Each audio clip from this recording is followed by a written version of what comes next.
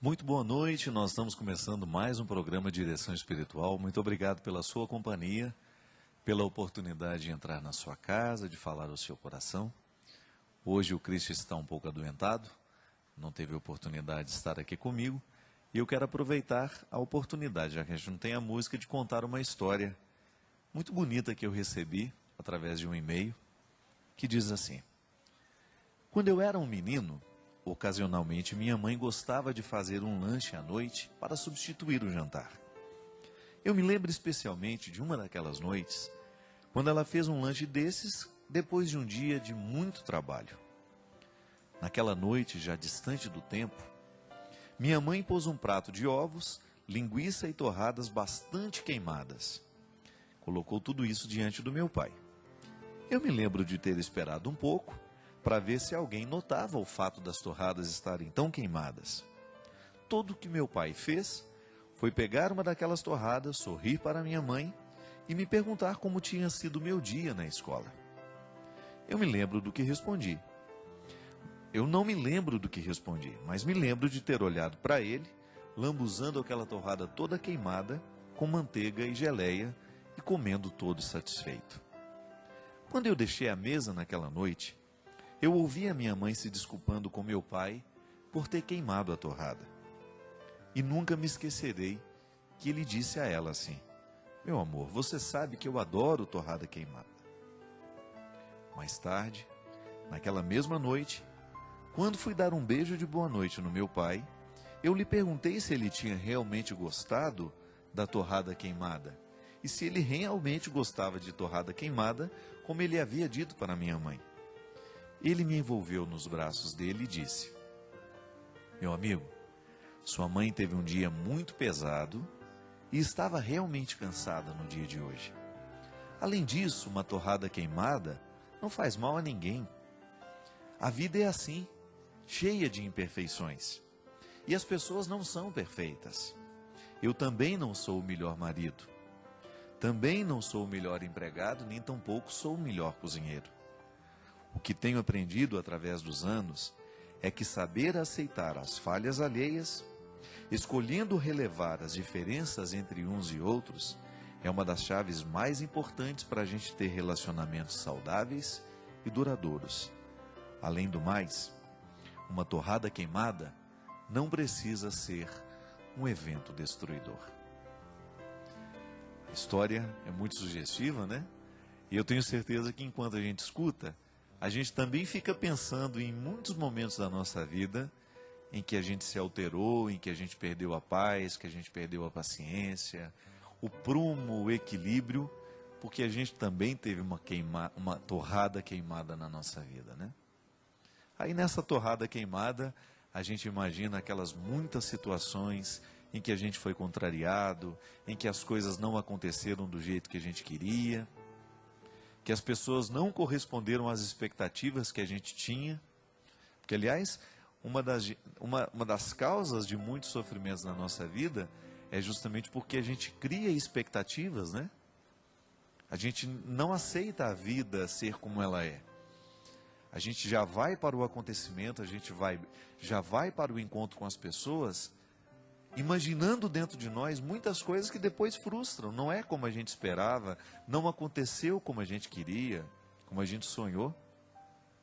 E muitas vezes a vida não vai ser mesmo do jeito que a gente esperava.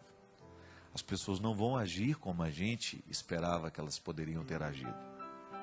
E aí cria esta inadequação do que a gente esperava que a vida fosse e do que a vida verdadeiramente pode ser. Nas expectativas, minha gente, muitas vezes nós colocamos fardos muito pesados sobre os outros. Criar expectativa com o outro, né? Esperar que ele tenha uma reação, esperar que ele vá agir de acordo com os nossos desejos, com as nossas esperanças, é muitas vezes colocar um fardo sobre o outro. E aí, as coisas não são do jeito como a gente gostaria que fosse, nem sempre é como a gente gostaria que fosse, e a gente muitas vezes age de maneira muito incorreta. Ainda hoje eu estava conversando com os amigos e eu falando das minhas dificuldades No momento em que eu me sinto inapto para lidar com a fragilidade. Às vezes eu me irrito com muita facilidade, né? E me irrito e me prejudico com a minha irritação. Porque o primeiro a ser prejudicado com a nossa irritação é o nosso organismo, né? Quando a gente fica bravo, quando a gente fica irritado, a gente descarrega no organismo uma série de toxinas que são nocivas para a nossa saúde. É por isso que os especialistas em saúde, né, os médicos que cuidam geralmente da nossa saúde numa visão um pouco mais global, sempre vão aconselhar que a gente diminua todas aquelas atividades que causam muito estresse em nós. É claro que se a gente for tirar tudo aquilo que nos causa estresse, nós vamos parar de viver, né? Porque na vida corrida que a gente leva, nessa vida cada vez mais apressada, né?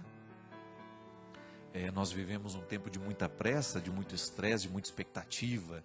Nós temos que corresponder a muitas expectativas. Eu digo isso por mim, né? Essa semana, estando extremamente debilitado, não era dengue, né? Já saiu o resultado de sangue, mas eu tive uma virose muito forte desde quarta-feira passada, piorada por um medicamento que eu mesmo me mediquei, né? E piorou ainda mais, uma prostração horrível como efeito colateral daquele remédio, unida a uma indisposição mesmo que já existia, uma virose, sei lá, uma infecção. Mas eu pude experimentar na minha carne, durante esses dias, o quanto é triste a gente ter que cumprir uma agenda sem ter condições. O corpo está pedindo repouso, o organismo está pedindo uma pausa, e a gente não pode dar a esse organismo esta pausa, porque a pausa que a gente daria, que eu sinto que eu tenho o direito de dar, iria prejudicar muitas pessoas. E é nessa hora que a gente toma a decisão. Eu vou fazer todo o esforço para estar lá na hora do evento, para dar conta do recado, mas no momento em que eu não estou no evento, eu quero criar o meu estado de repouso e de descanso para eu poder dar conta de lá. Mas aí a gente vê o quanto que nem sempre as pessoas são compreensivas com você. O quanto é difícil você corresponder à expectativa daqueles que lhe esperam. Isso não é só para mim, é para você também. Quantas vezes na sua vida você teve que dar conta de um compromisso não estando bem, e as pessoas que estavam ali também não eram capazes de compreender que você não estava bem? Às vezes o máximo que você poderia oferecer, que podia oferecer, era uma torrada queimada, né? Foi o que você deu conta de fazer na vida. O que você conseguia fazer naquele momento era uma torrada queimada. Mas o outro esperava muito mais de você. E tudo isso nos angustia, porque nós nos enchemos dessas expectativas. A gente também não fica feliz quando a gente não consegue dar o nosso melhor.